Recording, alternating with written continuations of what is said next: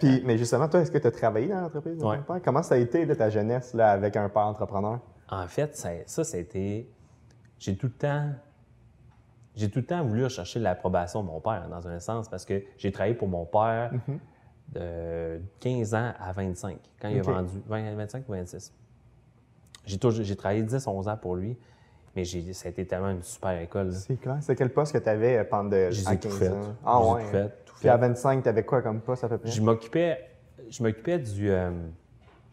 c'est ça. Je m'occupais de toute la... Parce qu'on venait de changer justement les systèmes informatiques. OK. Hey, il y avait 4 systèmes informatiques pour gérer ses business. J'étais comme, papa, ça se peut pas, là. Ouais. Ça se peut pas qu'il y ait une compagnie qui ne fait pas un système pour tous ces 4 exact. systèmes-là. Fait que je me souviens, je pense que ça commençait là, mon côté entrepreneur. Ben, je sais pas si ça commençait là. Fait que là, c'était ma mère qui s'occupait des systèmes informatiques. Elle travaillait pour mon père. Puis à ce moment-là, je me suis dit, moi, d'en trouver une compagnie. Puis je suis parti, j'avais pris une journée de congé. Ouais. Je suis monté à Montréal, puis l'entreprise m'a fait une démonstration. OK. C'était quoi le système informatique? Je suis revenu à Saint-Georges, parce que j'habitais à Saint-Georges. Et j'ai fait venir mon père chez nous, parce que je ne voulais pas être au bureau ou chez mes parents, parce que je ne voulais pas que maman entende ça. OK, oui. Je vous rappelle que c'est maman qui s'occupait des systèmes informatiques. C'est maman, je sais que tu m'en veux encore aujourd'hui. D'avoir tout changé ses affaires, dans le fond. Non, mais elle n'était pas contente, bien sûr. Mais, j'ai montré ça à mon père. J'ai dit, maximum, là, 15 mois, tu rembourses ton investissement. Ouais. J'avais calculé un peu mes affaires. Je dis, on va pouvoir revenir avec moi un employé, on va pouvoir faire ci, ça, ça. Puis ça a pris 9 mois. Il a tout remboursé son investissement. Ça a été, puis c'est un système intégré, comme on est en train d'instaurer chez Fireburn, c'est un ERP. C'est moi qui l'avais fait, ce projet-là. Puis je rôdais dans cet entourage-là du nouveau système informatique. Okay. Mais j'avais été conditionné, pas conditionné, je peux pas dire ça parce que, mais tout le long de ma jeunesse, mes oncles me disaient que j'étais la relève. OK. J'étais la relève. Tu te fais dire tout le temps ça. Oui. Tu prends à qui tu vas être la relève, peu importe. Puis ça n'a pas été bon parce que je ne mettais pas nécessairement les efforts pour le donner la relève. OK. C'est quoi? Parce que ça allait être trop facile. Tu mettais ton temps plus où? Qu'est-ce que tu faisais? Ouais, je m'en sacrais un peu, je te dirais. J'étais comme un petit-fils à papa. Là. OK, ouais. Mais j'étais vraiment j'étais pas tellement le fun à côtoyer. Je suis pas mal sûr que j'étais pas le fun à côtoyer quand j'étais jeune parce que, tu sais, j'étais un peu vantard, fils de riche. Ah ouais. Hein? Tu comprends? C'était dans ma tête, là. C'était pas vraiment la réalité. Là. Tu comprends? Ouais. Puis quand mon père a vendu son entreprise, là, la vie m'a rentré dedans. Elle m'a fait comprendre que c'est pas ça la vie, mon homme. Il faut que tu travailles. Là. Ouais. Puis ça a été une des plus belles leçons de ma vie. Hein? Parce que j'ai pas eu le choix de faire « Oh shit, OK, je serai plus la relève, je ne travaillerai plus en entreprise familiale. » Je vais sous cette réputation-là, dans un sens. Ça m'a complètement transformé comme personne. Totalement. C'est clair. Toi, parce que t'avais-tu espoir que ton père il allait t'alléguer puis toi, t'allais continuer? Sûr, je m'en allais vers là. C'était le chemin. C'était le chemin. Puis toi, ça a-tu été une grosse conversation avec toi de comme, hey, check, je vais mal la vendre, puis non, il l'a vendu. Il me l'a vendu.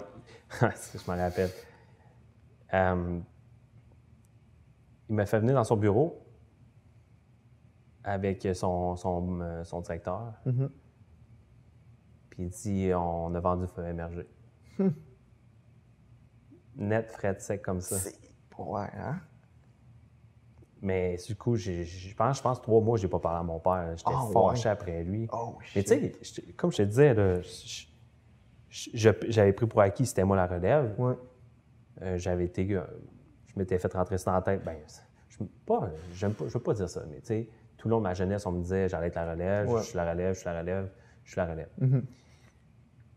Puis quand ça t'arrive, là,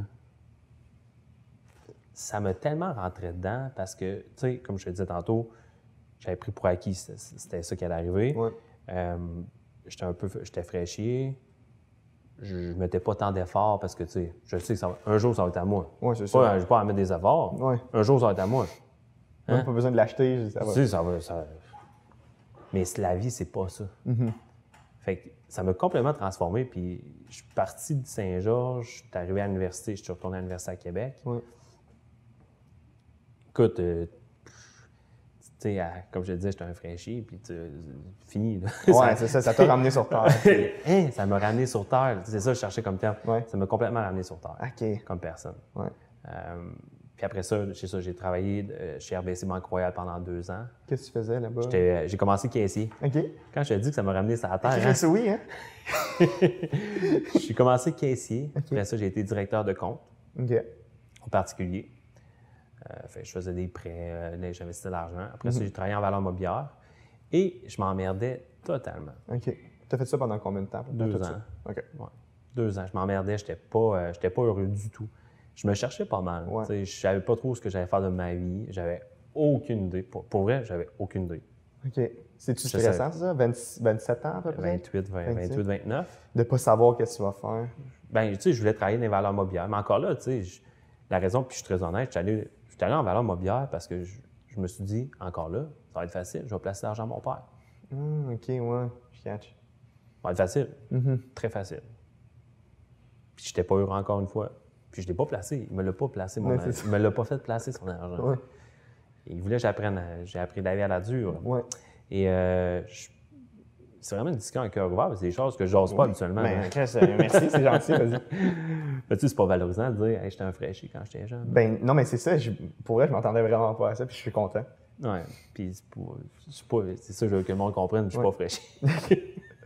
Bien gentil. Oui. Non, mais tu le dis vraiment humblement, c'est parfait. Ouais. Parce que tu sais, quand tu acceptes quelque chose, tu acceptes la situation, tu vis bien avec. Ouais. Moi, j'ai accepté mon passé, fait que je vis très bien avec. Ouais. Et merci d'avoir écouté mon podcast. J'espère que vous avez apprécié autant que j'ai aimé faire le podcast avec PO, qui est vraiment, vraiment, vraiment intéressant. N'hésitez pas à m'écrire sur Instagram pour me dire qu'est-ce que vous avez pensé du podcast. Ça me ferait vraiment plaisir. Surtout, si tu as besoin de vidéoproduction, n'hésite pas à nous contacter. C'est www.hxn.media. Sinon, tous les liens vont être dans la description pour me contacter. Il va y avoir aussi le lien du site web puis du Instagram de PO et de Fireburn si vous voulez voir ça, si vous ne connaissez pas déjà ça. Donc, merci beaucoup. C'est-tu correct? T'as pas entendu? Je suis bien entendu. Parfait.